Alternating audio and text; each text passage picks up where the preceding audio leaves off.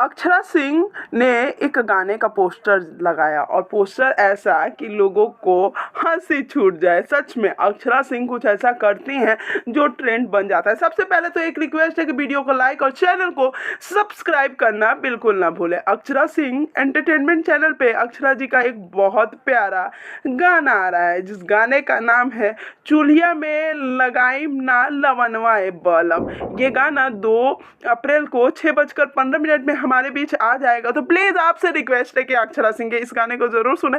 सच में मुझे अक्षरा सिंह इतनी ज़्यादा पसंद है, उसका एटीट्यूड, उसके बोलने का अंदाज, उनका हर एक वो चीज़ लोग मुझे पूछेंगे तो मैं उसमें 100 में से 100 दूंगी, क्योंकि क्या एटीट्यूड है उस बंदे में, क्या लड़की है, जो करती है डंके की चोट पे करती है। इस गाने में आयुष्मान जी भी अक्षरा सिंह के साथ दिखने वाले हैं। आयुष्मान और अक्षरा जी की हमेशा से ही जोड़ी सुपर डुपर हिट रही है। तो आप लोग कितने ज़्यादा एक्साइटेड है तो प्लीज़ प्लीज़ प्लीज़ प्लीज़ मुझे लाइक कर दे और वीडियो को सब्सक्राइब ज़रूर कर दें।